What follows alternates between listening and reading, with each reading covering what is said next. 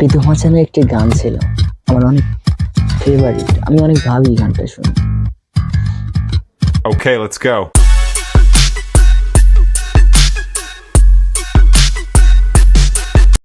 মা বলেছিল খোকা তুই প্রেম করিস না, ভালো ছেলেদের কপালে ভালো মেয়ে জোটে না। আমার মা বলেছিল খোকা তুই প্রেম করিস না, ভালো ছেলেদের কপালে ভালো মেয়ে জোটে না। ঠিকই তাই, ভালো ছেলেদের কপালে কখনো ভালো মেয়ে জোটে না।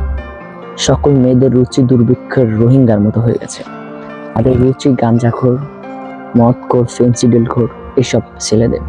হ্যাঁ, ভালো ছেলেদের সাথে প্রেম করেন, প্রেম করার পরে টাইম পাস করা কদিন পর তাদেরকে ধোকা দিয়া তার হার্ট ডান সাইডে যেটা থাকে, সরি বাম সাইডে যেটা থাকে ওটা ব্রোকেন করে দিয়ে চলে যায় একটা গামজুটি ছেলেদেরকে বিয়ে করে, অথবা একটা মুরব্বীদের সুগার ড্যাডিদের বিয়ে করে মেয়েরা। এই বর্তমান মেয়েরা টাকা আর কে নেশা করে, কে গান চুক্তি, এইসব ছেলে খোঁজে।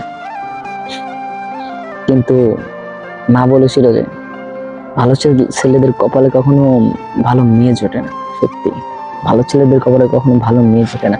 আপনি দেখেন আপনার এলাকায়, আপনার মাদ্রাসায়, আপনার হাই স্কুলে, আপনার গার্লসে সবচেয়ে সুন্দর মেয়ে কার সাথে প্রেম করে, কি করে দেখবেন? যে ছেলের সাথে প্রেম করে সেই ছেলে হয়তো গাঁজা খায়, হয়তো ফেন্সিডিল খায়, হয়তো সেও 14 বউ আলা, বুঝলেন?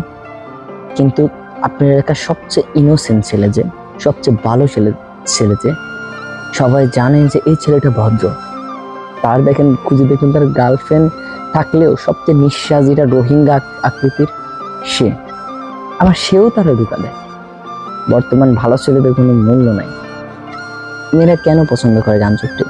আমার তো প্রশ্ন এটাই, কেন? ভালো ছেলেদের দুঃখ দিয়ে দিয়ে দিয়ে গান চুক্তির কাছে আবার শেখা খায়, পরে বলে যে ছেলেরা ভালো না, ছেলেরা দুঃখ দেয়, ছেলেরা হ্যান ত্যান, আজাইরা সব গল্প করে। আরে ভাই, আরে বোন, তুই একটা সুশীল দেখে একটা সুন্দর ছেলের সাথে প্রেম কর। প্রেম তো হারাম, প্রেম করিস না, বিয়ে কর।